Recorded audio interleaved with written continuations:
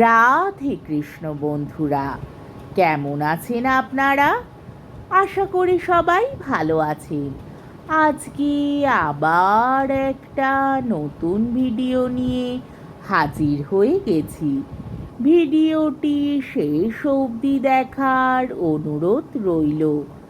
আজকের গল্প তারাশঙ্কর বন্দ্যোপাধ্যায়ের অন্যতম শ্রেষ্ঠ উপন্যাস হাঁসুলি বাঁকের উপকথা।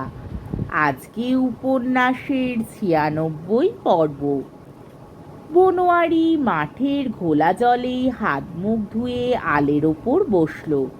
গোপালী তার সামনে খুলে দিলে মস্ত একটা খোড়ায় রাশিকৃত মুড়ি, খানিকটা গুড়, দুটো লঙ্কা, দুটো পেঁয়াজ। একটা বড় ঘটি থেকে ঢেলে দিল জল, ভিজিয়ে মোটা মোটা গ্রাসে খেতে লাগলো বনোয়ারি। হ হ হ, ওই ওই, বারণ করলে শোনে না। চললো দেখ, পরের ভুঁয়ের পানে চললো দেখ, মেরে তোমার পস্তা উড়িয়ে দেব, পমা নড়িয়ে দেব। বনোয়ারি শাসন করছিল গরু দুটোকে, যে দুটো জোয়ালে জোতা অবস্থাতেই অন্য একজনের বীজধানের জমির দিকে যাবার উদ্যোগ করছিল। গোপালীবালা উঠল, গরু দুটোর জোয়ালের সামনে গিয়ে দাঁড়ালো। বনোয়ারি কিছুটা মুড়ি ফেলে রেখেই উঠল। এই নিয়ম, ওই কটি খাবে পরিবার। গোপালীবালা বনোয়ারির দিকে পিছন ফিরে বসে খেতে লাগলো। বনোয়ারি বললে, মনিব বাড়ি হয়ে যেও, কদিন যাই নাই আমি, পাটকাম থাকে তো করে দিও বাবা। গোপালী ঘাড় নেড়ে জানালে, তাই হবে। গোপালী কেমন হয়ে গিয়েছে, সে কথা কয় না তেমন ভালো করে। বনোয়ারি আবার বললে, একটা কথা বলছিলাম, যে টাকাটা দিয়েছি তাতে ধান কিনো আর আখ কিনো। যুদ্ধের বাজারে ধানের দর হু হু করে বাড়বে বলছে সবাই। তোমার ধান তুমিই আঁকবা, আমি তাতে হাত দেবো না, লাভ যা হবে তুমিই নেবে। গোপালী আবার ঘাড় নেড়ে জানালে, তাই হবে। বনোয়ারি রসিকতা করে আবার বললে, তবে যদি অভাব অনটন পড়ে, লোক তোমার কাছে চেয়ে খাবে, তুমি তো ঘরের গিন্নি, তুমিই তো লক্ষ্মী আমার, তোমার দৌলতেই তো সব, আমি তো ভিখিরি, খাটি খাই। গোপালী এবার কথা বললে, তালিও। বনোয়ারি বললে, ছুটকিকে ঘরে এনেছি ৮ পৌরের মেয়ে বলে, বুঝেছ? গোপালী ঘাড় ঘুরিয়ে এবার এক মুখ হেসে বললে, আর কালো শশীর বঞ্জি, কালো শশীর মতো দেখতে শুনতে বলে। বনোয়ারি অবাক হয়, গোপালী এ কথা জানলো কি করে? অনেকক্ষণ পরে সামলে নিয়ে সে বললে, এসব কি যাতা বলছো তুমি? যাতা লয়, ঠিক বলছি আমি শুনেছি। শুনেছ? কে কে বললে? গোপালী বনোয়ারির দিকে চেয়ে ভয় পেলে খানিকটা। সে বললে, ইউ সে, এও সে, ৫ জনায় বলে। আর কালো শশী আমাকে দেখে হাসতো যে, মুখ টিপে টিপে, আর মেয়ে লোক ঠিক বুঝতে পারি, বুঝেছ? কালো শশী হাসতো, নিশ্চয়ই হাসতো, এবং গোপালী যত বোকা হোক সে হাসির মানে নিশ্চয়ই বুঝতো। সে সম্বন্ধে কোনো কথা বলে ফল নাই। ৫ জনাটাকে। হঠাৎ কানে এসে পৌঁছল একটি কান্নার শব্দ, মরা কান্না। কে কাঁদছে? নয়নের মা।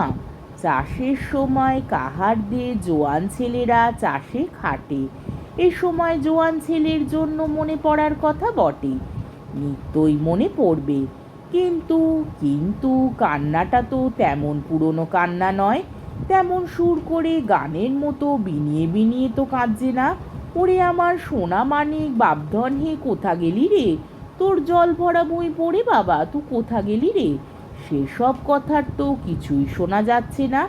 এ যে আছাড়ি পিছাড়ি কান্না, যেন এখনই কারুর কিছু হয়েছে। ওরে বাবারে, ওরে মারে, ওরে বাবারে, ও ধন রে, বলে যেন বুক চাপড়ে কাঁদছে। গোপালীবালা কান পেতে শুনে বললে, হেই মা, কার কি হলো দিনি? মাতলাদের বাড়িতে গো। মাতলাদের বাড়িতে? হ্যাঁ, মাতলার বউয়ের গলা। কি হলো তা তো জানি না, তুমি যাও দিনি একটা খবর দিও। মাতলার বাড়িতে কি হলো? মাতলার বাড়িতে ৩টি মানুষ, বউ বেটা আর নিজে। মাতলা চন্দনপুরে, বউ কাঁদছে, তবে কি ছেলেটা, কি সর্বনাশ! রোগ নাই, বালাই নাই, কি হলো হঠাৎ? কিছু হওয়ার মানে বাবা ঠাকুরের রোষ। তবে কি করালির উপর বাবার রোষ গিয়ে পড়ল এইবার?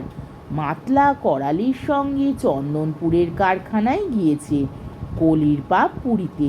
তবে কি সঙ্গে সঙ্গে তার বুকে যেন কে ঢেকি করতে আরম্ভ করে দিল। হে বাবা, হে বাবা ঠাকুর! ছুটতে ছুটতে এলো একটি ছেলে, প্রহ্লাদের ছোটটা। মাতলার ছেলেকে কিসে কামড়েছে? মাঠে কাকড়া ধরতে গিয়েছিল, আলের গর্তের মধ্যে হাত পুড়ে কিসে কামড়ে দিয়েছে। ছেলেটা কিছুক্ষণের মধ্যেই অজ্ঞান হয়ে পড়েছে। বনোয়ারি ছুটল। পাড়ার মাতব্বর গুণী লোক সে। সাপের কামড়ের ওষুধও 2-4টে জানে সে। জানতে হয়, আর জানতো পাগল। সে বড় ওস্তাদ। বর্ষার সময় কাহার পাড়ায় হাঁসুলি বাঁকে 2-4টে এমন হয়। নিয়তি সাপের লেখা বাঘের দেখা। কপালের লিখনে না থাকলে সর্পাঘাত হয় না, আর বাঘের লিখন মানে না দেখা হলেই খায়। তাই হাঁসুলি বাঁকের উপকথায় বাঘ সম্বন্ধে যত সাবধান তত নয়। সাবধান হয় বই কি, কিন্তু ওটাকে তারা লিখন বলেই মানে। চিরকালই তো বর্ষার সময় কাকড়া ধরে কাহারেরা। মধ্যে মাঝে এমন হয় একটা আধা, কিন্তু সবাই তো মরে না। তাহলে হয় নিয়ত, অর্থাৎ নিয়তি, নয় দেবরোষ কি ব্রহ্মরোষ। রোজই তো সবাই আঁচল ভর্তি কাঁকড়া নিয়ে যায় ফিরছে। লঙ্কা নুন দিয়ে চমৎকার হয় কাঁকড়ার ঝাল, শুধু ওই দিয়েই ভাত চলে যায়। হঠাৎ বনোয়ারি দাঁড়ালো। একটা ওষুধ নজরে পড়েছে তার। ছেলেটাকে এগিয়ে যেতে বলে সে শিকড় তুলতে বসলো। সঙ্গে সঙ্গে সে আবার ডাকলে ছেলেটাকে। আর একটা জরুরি কথা মনে পড়েছে। যা তোরে, ঘোষমশাইয়ের বাড়ি, আমার মনির বাড়ি, বড় ঘোষমশাইকে বলবি মুরুব্বি পাঠালে সেই মিহিজামের ওষুধ, সপ্পঘাতের ওষুধ, নিউনাইন বোর্ডের ওষুধ যদি থাকে তো দেন। ইউনিয়ন বোর্ডের মেম্বার বড় ঘোষমশাইয়ের হাতে বোর্ডের মিহিজামের সাপের ওষুধ দিয়েছে। এই কঠিন মাটির দেশে সাপের উপদ্রব বড় বেশি, তার মধ্যেও প্রকোপ বেশি হাঁসুলি বাঁকে। বাঁশবাদীর ছায়ার মধ্যে শীতলতার আরামে এখানে আদিমকালের আবহাওয়া ভোরের ঘুমের মতো এখনো বেঁচে রয়েছে। তার মধ্যে থাকতে ভালোবাসে সাপ, বিছে, পোকা মাকড়। মাছি মশাও এখানে ওই বাঁশপাতা পচা ভ্যাপানির মধ্যে ভন ভন করে। মানুষের দেহে সঞ্চারিত করে দেয় নানা বিষ। কাহার পাড়ায় মানুষের দেহে যখন ছিল ভীমের মতো বল, তখন সেসব বিষ হজম তারা করে ফেলতো। এখন শ্রাবণ মাস না আসতেই কাঁপন লাগানো ম্যালেরিয়াতে পড়ে। তখন কুনিয়ান বড়ি পাওয়া যায় ইউনিয়ন বোর্ডের মেম্বার ঘোষমশাইয়ের কাছ থেকে। বনোয়ারি সুপারিশ করে দেয়। কিন্তু এবছর নাকি 2টোর একটাও আর দেবে না নিউনাইন বোর্ড। যুদ্ধ লেগেছে। আকড়া গন্ডার জন্য বোর্ডের খরচ চলাই দায় হয়েছে। সাপের ওষুধ, কুনিয়ানের বড়ি দেবে কোথা থেকে? তবুও বনোয়ারি ছেলেটাকে পাঠালে। যদি পুরানো শিশিতে খানিক আধেক পড়ে থাকে। বনোয়ারি উঠে দাঁড়িয়ে কাছায় হাত দিলে। কাছাটা ঠিকই আছে। খুলে গেলে শিকড়ের ওষুধ কাজ হতো না। এসব হলো ওস্তাদি তুক। আহা, একটা তুক করতে ভুল হয়ে গেল। যে ছোড়াটা খবর নিয়ে এসেছিল ওকে মেরে তাড়িয়ে দিতে হতো।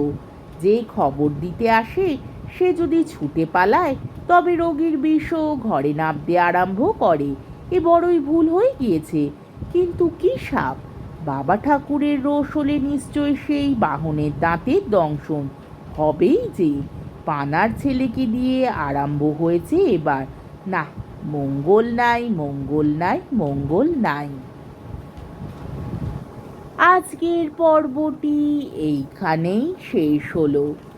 আমার ভিডিওটি যদি আপনাদের ভালো লেগে থাকে, তাহলে আমাকে কমেন্টের মাধ্যমে আপনাদের মূল্যবান মতামত অবশ্যই জানাবেন, এবং আমার ভিডিওটিকে লাইক ও শেয়ার করার ও আমার চ্যানেলটিকে সাবস্ক্রাইব করারও অনুরোধ রইল।